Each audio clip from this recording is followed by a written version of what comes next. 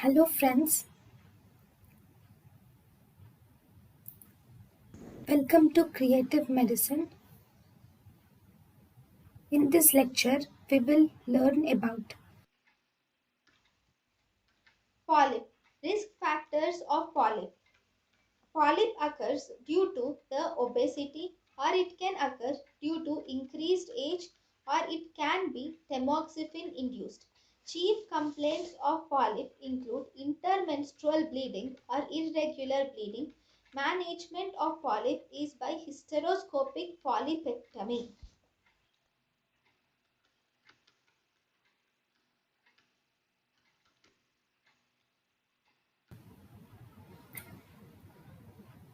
thank you and thank you for watching.